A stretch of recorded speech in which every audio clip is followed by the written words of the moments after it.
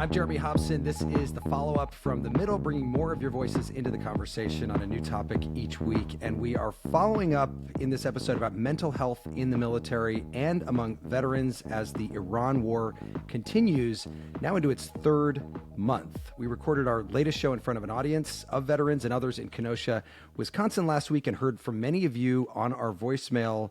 And we're going to get to it right now with veteran, author, former Missouri Secretary of State Jason Kander, who co-hosts the Majority 54 podcast. Jason, it's great to have you here. Good to be back with you. Well, and in our conversation, we had a Vietnam vet who was in combat 50 plus years ago. We had an Iraq War veteran who was in combat 20 years ago. But for both of them, the memories of what happened are still front and center. I wonder about you, now 20 or so years after you were in Afghanistan. How front and center for you are your memories of combat? Extremely. It's probably the most formative period of my life. And it's an odd thing, like just to hear you say that it was 20 years ago feels so strange to me because on the one hand, I just turned 45. So mathematically, it definitely was 20 years ago. And yet, oftentimes it feels like yesterday. So those sort of experiences are quite vivid. You cited PTSD as a reason to drop out of the Kansas City mayor's race back in 2018, which now, sorry to keep dating things, was 8 years ago or so. How are you doing now when it comes to that 8 years after that decision? I'm doing very well. So, for context for listeners, I had pivoted from running for president to running for mayor because I thought that's what was going to solve my mental health issues. And it turns out, no, actually, I needed to do a little more work than that. So I pulled completely out of public life, went to the VA here in Kansas City, started going to weekly therapy. And about 7 months later, I entered what I refer to as the post-traumatic growth phase of my life. And I'm doing very well. I just spent 5 years leading the national expansion of a veterans nonprofit. I now am more of a part-time advisor to the organization. But I'm a pretty outstanding husband and father, have the podcast like you mentioned, and other things going professionally. But really, I just... I guess the way I think about it is my life is really bifurcated into the period when I was not well, but didn't realize it. And then the period since then when I got help, and I'm very happy. And I really enjoy my life. When you talk about getting help, one of the things that we heard over and over again in our program the other day was how important it is for veterans to be able to talk to other veterans who understand what they have gone through, and that it's actually hard to find people that they can relate to who did not serve. Has that been your experience?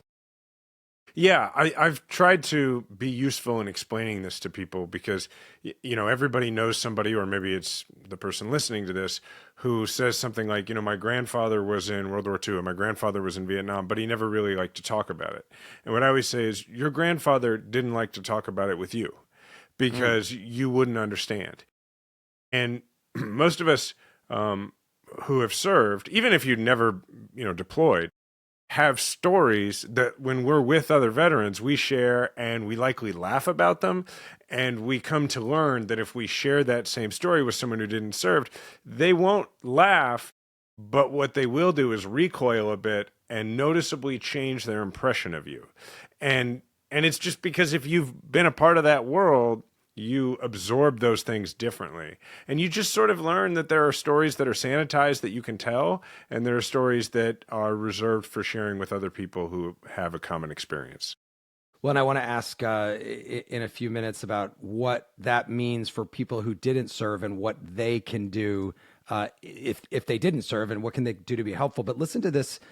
One of the members of our audience, a veteran named Eduardo, who got emotional sharing his thoughts about what was important to him when it comes to supporting veterans and their mental health. Getting the word out, to me, it's having the resources that you can share with all the veterans. Sharing my stories with them shows them that they're not alone. I think a lot of times they just need someone to talk to, someone who they can feel that they can put themselves in their shoes, in their boots, And that is the greatest connection. When I first came back, a Vietnam vet across the room saw me, identified me. He knew exactly what was wrong with me. What do you think when you hear that, Jason Kander? I've heard it many times, that sort of thing. And it definitely does sort of take knowing what you're seeing. I've been fortunate to play this role for a lot of other veterans. When I'm talking to a fellow vet and we're doing the whole two dogs at a stoplight noticing each other thing, hey, where'd you serve? Where'd you go? You know, all that kind of stuff. What branch? What is your MOS? All that business. At some point I'll say, how are you sleeping? And it tends to take folks by surprise. And oftentimes it is the case that after several minutes, I am sort of, for lack of a better way of putting it, giving them my testimony and telling them why they should go ahead and go get help.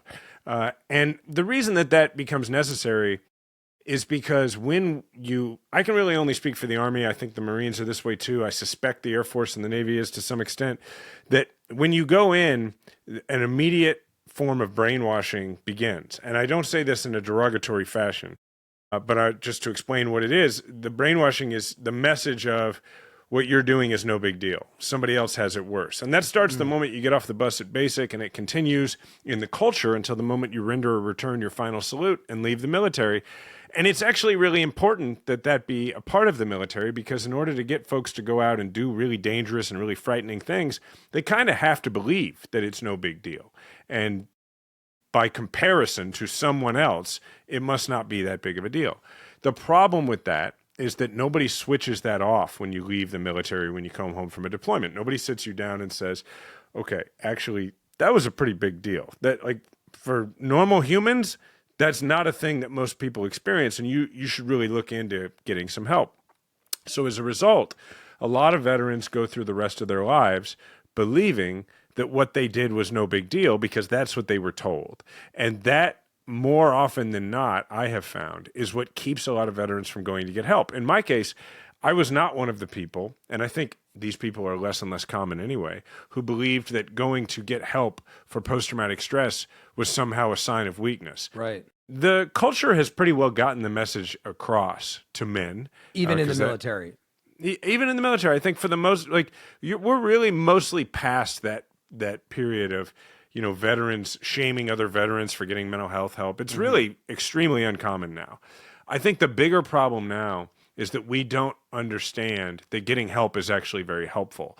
Because if you look at the portrayal of people with post-traumatic stress, certainly in film and television, but also, in the news more often than not, it is what I refer to as PTSD porn. It's a form of voyeurism, and it is almost always a depiction of somebody with post-traumatic stress who has not been treated and is in the throes of it and is in some sort of terrible spiral. What we don't see, and what I didn't know about before going into therapy, was that the majority of the people who do the work in therapy and do the homework and commit themselves to the process, the vast majority of them reach a post-traumatic growth phase of their life. You're never cured of PTSD because it's based on memories and experiences, but you can get to a point of post-traumatic growth where it no longer disrupts your life, and you can live your life and be fully functional.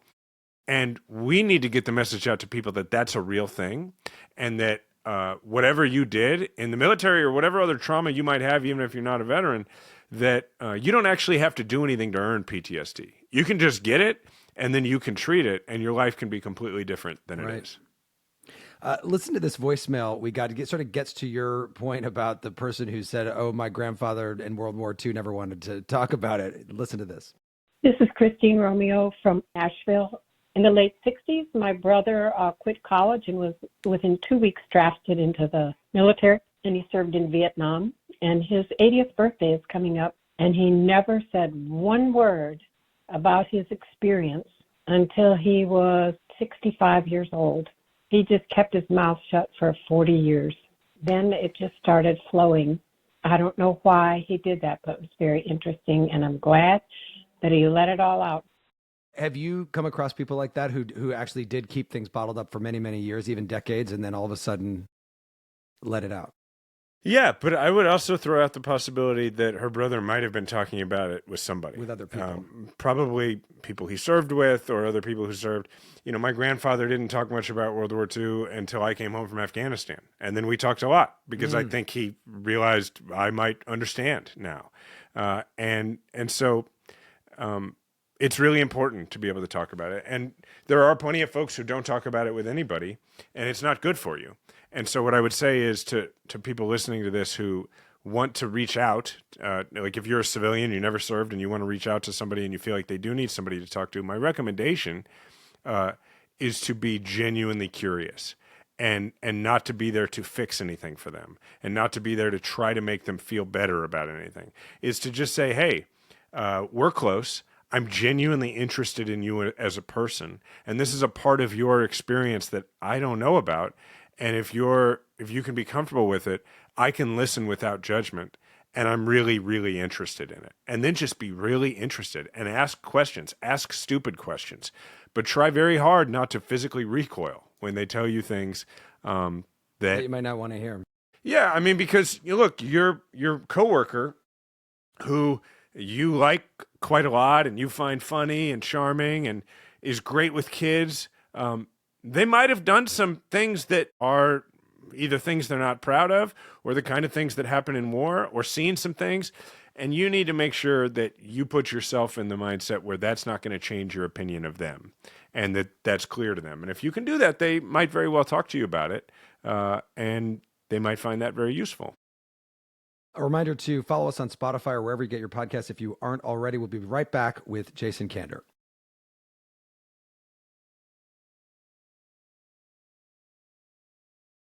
Welcome back to the follow-up. I'm Jeremy Hobson. I'm joined by Jason Kander, an Afghan war vet, former Secretary of State of Missouri, now co-host of the Majority 54 podcast.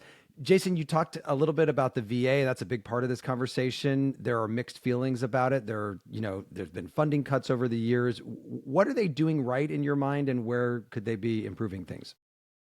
Well, in terms of what the VA does right, as somebody who has gotten quite a bit of service, not just mental health service at the VA, everybody that I've interacted with at the VA, everybody who works there, is really proud to do what they're doing. And any limitations that they run into are as aggravating to them as they are to the people they're serving. They're really interested in serving veterans. They've made it a calling. And I'm talking people from the call center all the way to the clinicians. And in terms of the limitations and the problems at the VA, I'm really careful every time I talk about this to to change people's perception of where these problems originate. Because the VA is, in a bipartisan way, everybody's favorite political target. You can get a long way as a politician by complaining about the VA and by trying to grill the VA and blaming the VA for things. But I spent the last 5 years working at a veterans nonprofit trying to serve veterans, including veterans who didn't qualify for VA benefits for a variety of reasons. And what I learned was that the vast majority of problems at the VA originate with Congress and not with the VA. And the reason for that is because members of Congress on both sides of the aisle, when they pass benefit programs and create new programs for the VA, for decades, what they've been doing is asking the wrong question. And that wrong question is, how do we make sure nobody gets access to this benefit who doesn't deserve it? And the reason that's the wrong question is because it assumes that there are veterans who do not deserve veterans benefits, but also because it means that all the people they have deemed deserving have to go through a labyrinthine bureaucratic system in order to access their services because so many obstacles have been set up to keep out the people who, quote unquote, don't deserve it. Mm-hmm. And so that's what the VA is constantly trying to surmount. And Congress, frankly, makes that harder and harder all the time. So what people should advocate for is for the sight aperture on VA services, the funnel that people use to access VA services, be broadened a great deal. Because a really large percentage, I'm talking 30 to 40% of people who serve this country in uniform, don't have access to the VA and aren't even considered veterans by the federal government. And it's for mostly the wrong reasons. Well, and in fact, I think the statistic was something like 60% of people veterans who had died by suicide had not gotten any care for mental health by the VA in the last year of their life as well. Yeah. Let me ground that down even further for you. A lot of people listening to this are familiar with the stat that on average 22 veterans take their lives in America every day. On average, of those 22, 16 of them are not connected to any sort of veteran-specific services of any kind at the time that that happens. What that pretty clearly means is that Congress has made it too difficult to access veteran services. And the barrier for entry needs to be a lot lower and easier to clear, because it will save lives. By the way, it is a cause of death that is way higher than it should be among veterans, but also suicide is the number one cause of death for active duty military. Is that the same issue at the end of the day, or are they two different things? I believe it is the same issue at the end of the day. The active duty military needs to make it a lot easier to access mental health services. And while I said a few minutes ago that culturally we've reached a point where people don't feel so much anymore that it's weak to get these services, one thing that we have not fixed, and in fact I think this current administration is going in very much the wrong direction, is we have not fixed the way it affects your career. So if you are still active duty and let's say you imagined making this a career, there's a real cultural disincentive from going to get mental health services while you are active duty, because people are under the impression, and with this administration they might be right, unfortunately, that it will harm or slow down your career in the military. Mm-hmm. Interesting.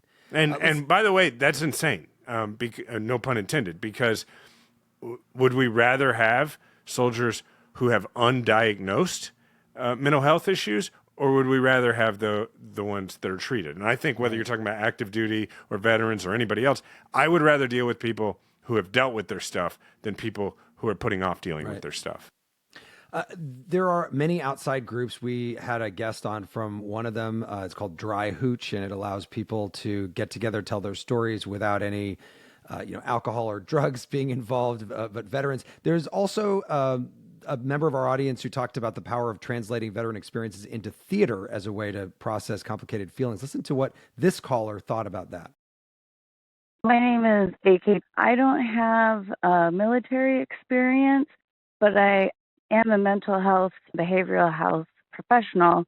I think one aspect perhaps of this is that going to a hospital, being in a very clinical, sort of sterilized environment is just not a normal, comfortable environment to have to speak to the really hard things that we've been dealing with. But giving them an outlet like art, theater, to tell their own stories gives them, agency and ownership over their stories versus coming into a clinical setting.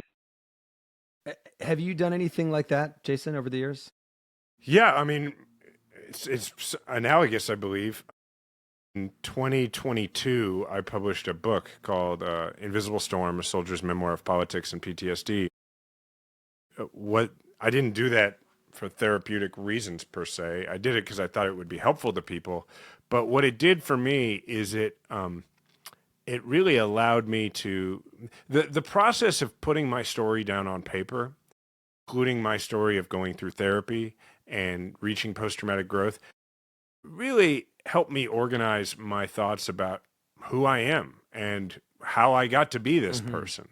And I think that whether you have post-traumatic stress, whether you're a veteran, whoever you are, I think really having to sit down and think about who you are and how you became who you are is generally a pretty useful exercise. And I actually tell everybody, whether you're famous or not, write a memoir, because your kids and grandkids might find it useful to learn about who you were so that they can understand who they are. Yeah. I was in Los Angeles during the fires and had to evacuate very quickly. The fire did not end up taking our house or damaging it, but it was a very fast, kind of scary moment. I went and saw my neighbors who were, in their 80s and wanted to make sure that they got out okay. But then I'm like, do I have a responsibility to go to every house on the street and make sure everybody's okay? No, I need to get myself, my dog out of here. And after that, I talked to my therapist and he said, I want you to write a letter to the fire. And that was like his, which is, get it down, get all your thoughts down. I think it was in my case, therapeutic. What do you think, by the way, about drugs, MDMA, psilocybin, ketamine being used for PTSD? Look, let me preface this by saying I'm not a clinician. I'm just a guy who went to therapy and wrote a book about it.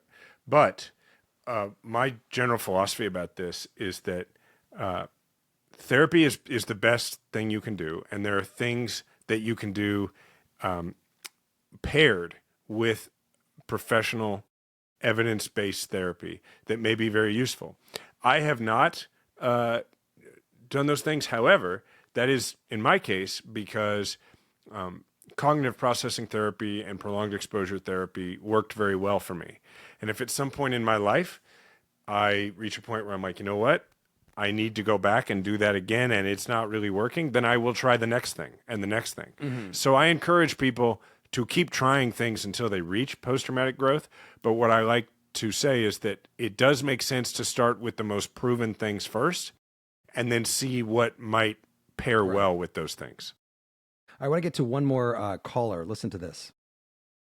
My name is Robert. I am calling from Burlington, Vermont, and I wonder if some of this that they need to deal with is the issue of guilt, because it's not just veterans in active combat that are getting shot at and mortared and bombed at, but there are civilians, the most innocent of people, including children, that have suffered at the hands of the military from any side.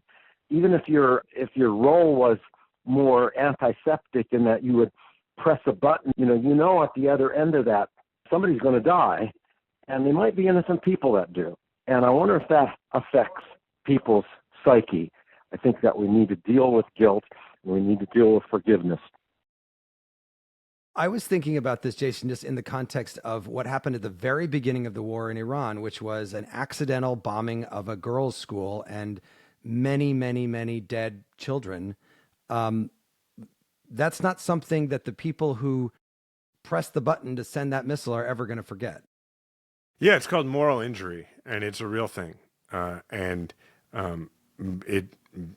caller is exactly right. It is a real thing, and it has to be dealt with. And when you have an administration that seems dead set on pretending those things never happened, it makes it a lot harder for the people who suffered moral injury, who are under their command, to actually deal with those things. What does it mean to you that we're in another war in the Middle East right now? Are you asking me as a veteran with PTSD, or are you asking me as like an American who's politically engaged? Both. Is there a different answer for each one? I guess not. It's just stupid. It's just the dumbest thing. Every bit of this is PhD levels of stupid. And it makes me mad because the same people who kept telling us that they were going to be better because they learned all these lessons from Iraq and wanted to blame a bunch of people who fought those wars. And don't get me wrong, I was opposed to the war in Iraq. I thought it was really stupid. But to do it again is extra stupid. And you look at the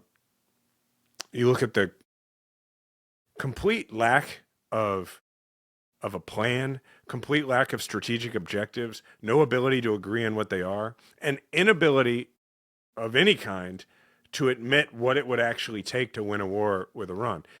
Pretending that you can win a war with Iran through just the air and from the sea is just a lie. I mean, everybody understands that if you're going to go to war with a place like Iran and you're going to achieve the objectives that you claimed you wanted to achieve at the beginning of the war, like regime change, like actual regime change, or, seizing the nuclear arsenal, in the history of warfare, that has been done by putting boots on the ground. And I say that as a former boot on the ground. And I want to be clear, I am not advocating for that. That would be another level of stupid. Right. But to pretend that you can achieve these objectives without that is foolish. Do you think that this war, I mean, you were part of the longest war in American history, Afghanistan.